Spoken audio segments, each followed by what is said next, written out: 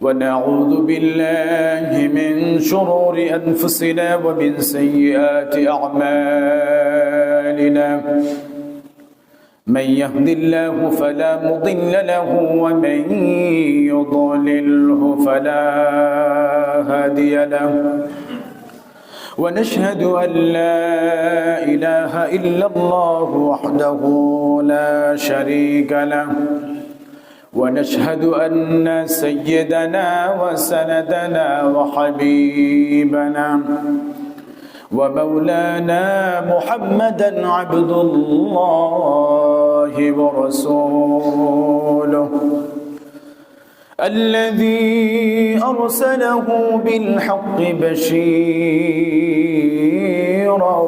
ونذيرا وداعيا إلى الله بإذنه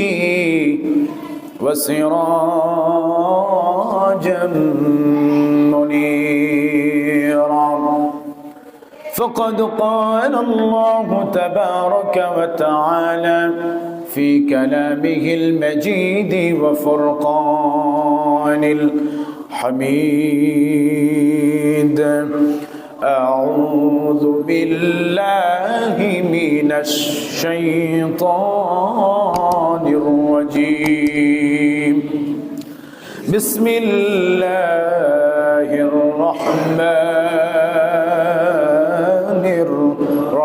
الرحيم إن الذين كفروا لن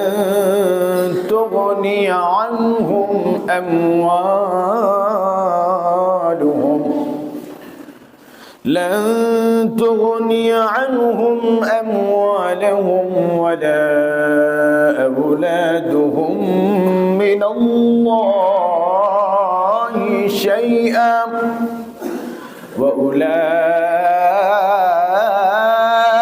وأولئك هم وقود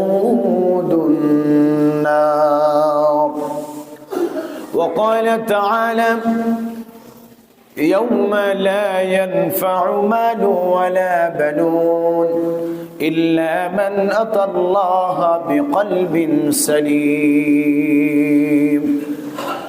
وقال رسول الله صلى الله عليه وسلم لا يؤمن أحدكم حتى أكون أحب إليه من والده وولده والناس أجمعين وقال تعالى في شان حبيبه ومحبوبه ومعشوقه إن الله وملائكته يصلون على النبي يا أيها الذين آمنوا صلوا عليه وسلموا تسليما اللهم صل على مولانا محمد وعلى آله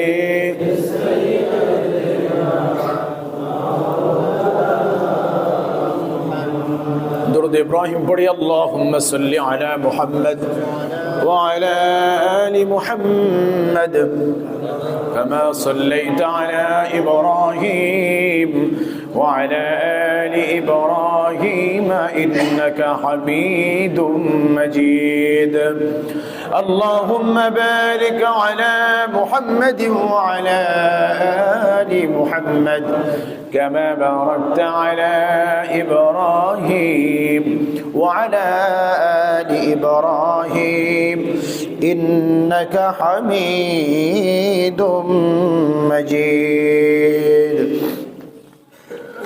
الحمد لله معزز محترم সম্মানিত দিনদার পরহেজগার মুত্তাকিল মুসলমান মুসলিম کرام আজ 17 মাঘ পবিত্র শুক্রবার দিন 17 মাঘ 1431 বঙ্গাব্দ 30 রজব 1446 হিজরি 31 জানুয়ারি 2025 খ্রিস্টাব্দ আল্লাহ তাআলার হুকুম অনুযায়ী আজ সূর্যোদয় হয়েছে 6টা বেজে 38 মিনিটে সূর্য অস্ত যাবেন 5:46।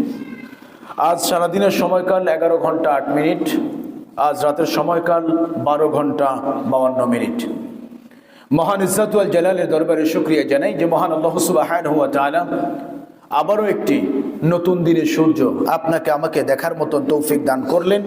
যে মহান মালিক একটি সপ্তাহ অতিবাহিত হয়ে যাওয়ার পরে আবারও আপনাকে আমাকে পুনরায় জুমার মজলিসে সমবেত হওয়ার মতন তৌফিক দান করলেন, সেই মহান মালিকের দরবারে দিল থেকে হৃদয় উজাড় করে মহব্বতের সহিত শুকর গুজার করে নিচ্ছি। সকলে পড়ছি আলহামদুলিল্লাহ। যে মহান আল্লাহ সুবহানাহু ওয়া তাআলার দরবারে এই জন্যই শুকরিয়া জ্ঞাপন করছি, তিনি আপনাকে আমাকে এখনো পর্যন্ত সুস্থ রেখেছেন, ভালো রেখেছেন। তিনি আপনাকে আমাকে সমস্ত মুসিবত থেকে রক্ষা করেছেন। তিনি আপনাকে আমাকে সবল রেখে, জবানকে সচল রেখে তার গুণগান করার মতন তৌফিক দিয়েছেন। পৃথিবীর পরতে পরতে যে সমস্ত প্রাণী আল্লাহ তাআলা সৃষ্টি করেছেন, সমস্ত প্রাণীদেরকেই ইবাদতের হুকুম দিয়েছেন আল্লাহ সুবহানাহু ওয়া তাআলা। আমরা জীবিত অবস্থায় যতদিন পর্যন্ত জ্ঞান রয়েছে, জ্ঞান আমাদের সচল রয়েছে, ততদিন পর্যন্ত যেন আল্লাহ রাব্বুল আলামিনের শুকর গুজার করে আমরা যেতে পারি। আল্লাহ তাআলা আমাদের তৌফিক দান করুন, বলি আমিন। জোরে সোরে সেই মহান রবের দরবারে আবারও শুকরিয়া আদায় করছি, আলহামদুলিল্লাহ। জীবিত থাকা অবস্থায় যদি তার শুকর গুজার করে যেতে না পারি, মরে গেলে কবরের মধ্যে কিয়ামতের ময়দানে শুকর গুজার করার মতন কোনো সময় আমাদের থাকবে না। সুতরাং জীবিত অবস্থায় বেঁচে আছি, সুস্থ আছি, সব সময় জিকির চলবে কার? শুকরিয়া চলবে কার? রাসূল করিম সাল্লাল্লাহু আলাইহি ওয়াসাল্লাম কি চমৎকার করে বলেন, কালিমাতানি হাবিবাতানি ইলার রহমান সাকিলাতানি খাফিফাতানি ইলাল মিজান। এমন কিছু কথা রয়েছে যা আল্লাহ রাব্বুল আলামিনের কাছে অত্যন্ত প্রিয়, যা বলার দিক থেকে অত্যন্ত সহজ। সেই বাক্যগুলি হলো সুবহানাল্লাহি ওয়া বিহামদিহি সুবহানাল্লাহিল আযীম। পারি না সবাই? পড়ি সবাই, সুবহানাল্লাহি ওয়া বিহামদিহি সুবহানাল্লাহিল আযীম। রাসূল করিম সাল্লাল্লাহু আলাইহি ওয়াসাল্লাম বলেন যে মানুষগুলি প্রতিনিয়ত এই কালিমা দুটি পাঠ করবে। এটা বলা বেশি সহজ নয়, খুব সহজ কাজ, ঠিক কিনা? খুব সহজ। মুখে উচ্চারণ করতেও তেমন ঝামেলা হয় না, খুব সহজেই উচ্চারণ করা যায়। বিশ্ব নবী বলেন মুখে উচ্চারণ করা সহজ, অন্তরের জন্য অনেক প্রশান্তদায়ক, আর মিজানের পাল্লাকে অধিক ভারীকরণকারী। সুবহানাল্লাহ। মিজানের পাল্লাকে ভারী করে দিবেন সুবহানাল্লাহি ওয়া বিহামদিহি সুবহানাল্লাহিল আযীম। পৃথিবীতে যতটুকু সময় বেঁচে থাকবো, প্রতিটা মুহূর্তে মুহূর্তে আমরা যদি এই কালেমা পড়তে পারি, সওয়াব না লস? আরো জোরে বলেন, সওয়াব আছে। সেই জন্য প্রতিটা মুহূর্তে পড়বো সুবহানাল্লাহি ওয়া বিহামদিহি সুবহানাল্লাহিল আযীম। আবার পড়ি সবাই, সুবহানাল্লাহি ওয়া বিহামদিহি সুবহানাল্লাহিল আযীম। শুধু তাই নয় আমার ভাইয়েরা, আল্লাহ রাব্বুল আলামিন তার হাবিবকে বলেন, নবী আপনি জানিয়ে দিন এই কালেমাটা যখন কোনো বাক্য, কোনো বান্দা এই কালেমাটা পাঠ করবে, আমি আল্লাহ কথা দিলাম ওই বান্দার জন্য আমি জান্নাতের মধ্যে একটা বৃক্ষ রোপণ করে দিব। আর ওই বৃক্ষটার ছায়া এত দূর পরিমাণ ছড়াবে, একটা অশ্বারোহী ঘোড়া যদি, দ্রুতগামী ঘোড়া যদি 70,000 বছর পর্যন্ত একটানা দৌড়ায়, তারপর ওই ছায়া ওই ঘোড়া অতিক্রম করতে পারবে না। এই জন্য প্রতিটা মুহূর্তে প্রশংসা হবে কার? আমার ভাইয়েরা, সময় খুব কম, একখানা আয়াত তেলাওয়াত করেছি আপনাদের সম্মুখে, সূরাতুল আলী ইমরান 10 নম্বর আয়াত। এই চমৎকার একটা কথা আল্লাহ তাআলা এখানে বলে দিয়েছেন, আর একটা ধমক, খুব জোরে সোরে একটা ধমক আল্লাহ তাআলা এই আয়াতের মধ্যে বান্দাদেরকে দিয়ে দিয়েছেন। যে আয়াতটা হলো, ইন্নাল্লাযীনা কাফারু লান তুগনিয়া আনহুম আমওয়ালুহুম ওয়ালা আওলাদুহুম মিনাল্লাহি শাইআ ওয়া উলাইকা হুম ওয়াকুদুন নার। যে আয়াতের অর্থ হলো, নিশ্চয়ই যারা কুফরি করেছে ইন্না মানে নিশ্চয়ই, নুনে তাকিদ দিয়ে আল্লাহ তাআলা বলেন নিশ্চয়ই যারা কুফরি করে, আল্লাহ তাআলাকে অস্বীকার করে, আল্লাহ তাআলা আয়াতগুলিকে ঢেকে দেয়, আল্লাহ তাআলার আয়াতগুলিকে চাপা দিয়ে রাখতে চায়, আল্লাহর আয়াতগুলিকে প্রকাশ্যে আনতে চায় না। যদিও তারা ঈমান এনেছে কিংবা ঈমান আনে নাই, যে করেই হোক তারা যদি আল্লাহর আয়াতকে ঢেকে দেয়, আল্লাহর হুকুমকে ঢেকে দেয়, যারা এই কাজ করে, হুকুম ঢেকে দেওয়া, আল্লাহর আয়াতকে অস্বীকার করা, আল্লাহর আয়াতকে গোপন করে দেওয়া, এই অভ্যাস যাদের মধ্যে আছে, হে নবী আপনি তাদেরকে জানিয়ে দিন, লান তুগনিয়া আনহুম আমওয়ালুহুম ওয়ালা আওলাদুহুম মিনাল্লাহি শাইআ। লান তুগনিয়া, তাদের কোনো উপকারে আসবে না, আনহুম তাদের জন্য কোনো উপকার হবে না, আনহুম আমওয়ালুহুম তাদের মাল সমূহ, ধন সম্পদ যা আল্লাহ তাআলা বা দুনিয়াতে যারা উপার্জন করেছেন, যা তারা উপার্জন করেছেন, তাদের তা কোনো কাজে আসবে না, ওয়ালা আওলাদুহুম এবং তাদের সন্তান সন্ততি তাদের কোনো উপকারে আসবে না, মিনাল্লাহি শাইআ এই সব কিছুই আল্লাহর কোনো উপকার সেদিন সামনে কোনো উপকার করতে পারবে না।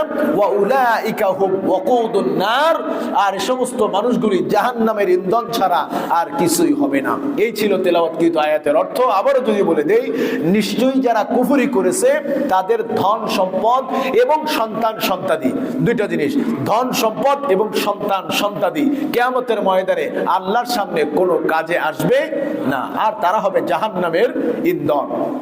আল্লাহ জান্নাতকে বানিয়েছেন, আবার জাহান্নামকেও তিনিই বানিয়েছেন। জান্নাত মানুষদের জন্য তৈরি করেছেন, জাহান্নামও মানুষদের জন্য তৈরি করেছেন। আল্লাহ তাআলা বলেন সেই জাহান্নামে কারা যাবে আর জান্নাতে কারা যাবে সেই বিষয় তিনি আলাদা করে দিয়েছেন। তবে এখানে যেটা আলাদাভাবে বলা হয়েছে, যারা কুফরি করে তাদের জন্য রয়েছে জাহান্নাম, তাদের জন্য কি? আর কুফরি যারা করে, তাফসীরে তাফহিমুল কোরআনের মধ্যে কুফরির ব্যাখ্যা আছে অনেক কয়েকটা। তার মধ্যে হলো আল্লাহ রাব্বুল আলামিনের আয়াতগুলিকে যারা ঢেকে রাখে। প্রথমত হলো যারা ঈমান আনে না, তারা হলো কুফরের মধ্যে বসবাস করতেছে, যারা এখনো পর্যন্ত আল্লাহর হুকুম মানে না, আল্লাহর বিধান মানে না, ঈমানও আনে নাই, এক নম্বরের কুফর হলো তারা। দুই নম্বরে হলো ঈমান এনেছে ঠিকই, তবে আল্লাহর আয়াতগুলি তারা বাস্তব জীবনের সাথে মানতে চায় না। তিন নম্বরে আল্লাহ রাব্বুল আলামিনের হাবিব রাসূলগণ যারা ছিলেন, তারা যে বিধানগুলি সমাজের মধ্যে প্রতিষ্ঠিত করতে চেয়েছিলেন, তারা নিজেরা তো মানেই না, অন্য মানুষ সেটাও তারা মানতে দিতে চায় না, মানতে চায় না, নিজেরাও মানে না, অন্যকেও মানতে দিতে চায় না। এরকম 60টা কুফরের কারণ দর্শিয়েছেন আল্লামা মওদুদী রাহমাতুল্লাহ আলাইহি। কুফর আবার তাফসীরে জালালাইনের মধ্যে এসেছে, কুফর হলো তারা যাদের অন্তরটা পশুর মতন। কিসের মতন? পশুর মতন হয়ে গেছে, যাদের অন্তরটা আর মানুষের মতন নাই, যাদের অন্তরটা মরে গেছে, তারা তাদের মধ্যে কুফরি বসবাস করছে। এই কাফারু শব্দের ব্যাখ্যায় বিভিন্নভাবে দেওয়া হয়েছে। বিশেষ করে কুফর অন্তর হলো তাদের যাদের অন্তরের মধ্যে পশুত্ব বসবাস করে। কি চমৎকার করে আল্লাহ রাব্বুল আলামিন বলেন, জাহান্নামের ইন্ধন হবে তারা, আর জাহান্নামী হবে তারা নিশ্চয়ই যারা কাফের। যারা কি? কাফের। এই কাফেরদের ব্যাপারে বলা হয়েছে, আমি জান্নাতও বানিয়েছি, জাহান্নামও বানিয়েছি, তবে জাহান্নাম বানিয়েছি জিন এবং মানুষের জন্য। কাদের জন্য? জিন এবং আমরা এবং জিন, এই দুই জাতির জন্যই। আমরা যেমন নামাজ পড়ি, জিনও তেমন নামাজ পড়ে। আমরা রোজা রাখি, জিনও রোজা রাখে। আমরা হজ করি, জিনও